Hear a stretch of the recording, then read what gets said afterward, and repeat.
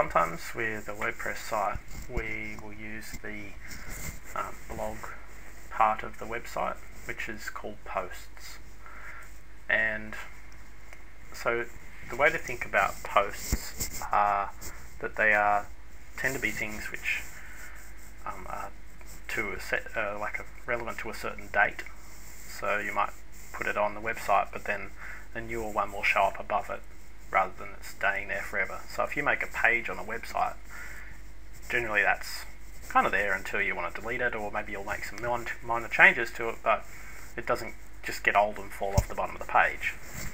So with a post, you think of it more like a news column where the newest ones are at the top and the older ones go to the bottom. And in posts, once you get into your WordPress site, you'll find there's a categories section.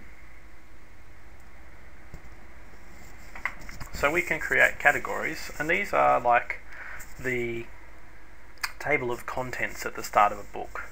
So if we were going to do a website about politics, we might have a category of defense,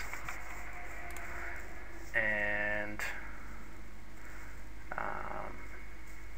click add, and another one for budget, another one for employment,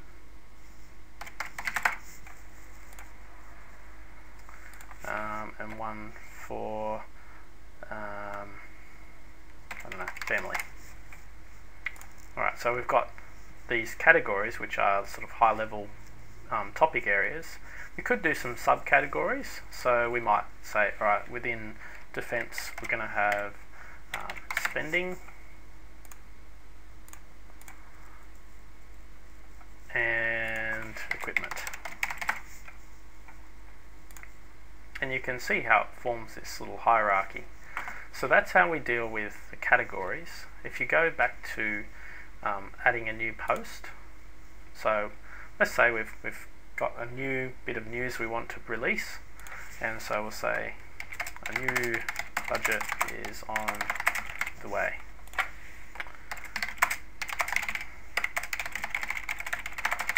So you put your words in, whatever they are, and you can tick.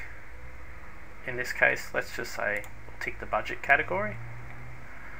We might put a picture in, but then the other thing that you want to do is put in some tags. Now, tags, if you think of those as like the index at the back of the book, so they tend to be a bit more specific, but maybe they're not category areas. So this article or this news piece, we might put in one that says a topic or a tag, which might be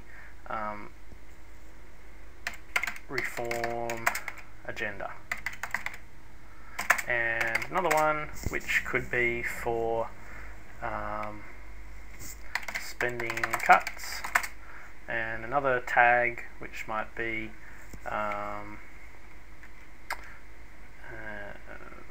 effects on the economy.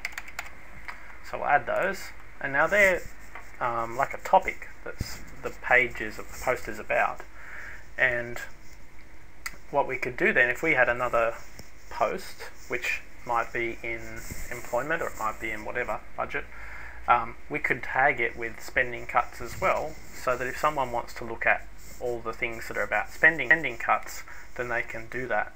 And that also is quite good for your Google page indexing. So a tag can be picked up by a search engine and used as a page, essentially. So it might come along to your website and it finds that you've got all these posts which are about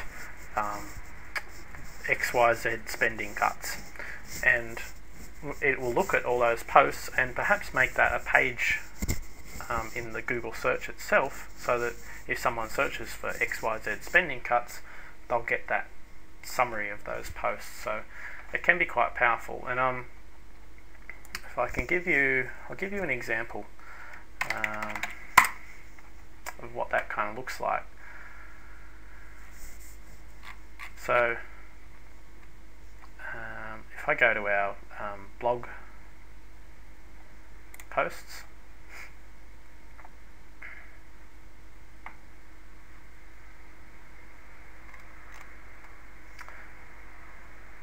and so usually we've got a date, it'll say what categories it's in, and often the tags will be at the bottom. It just depends on how you set that up.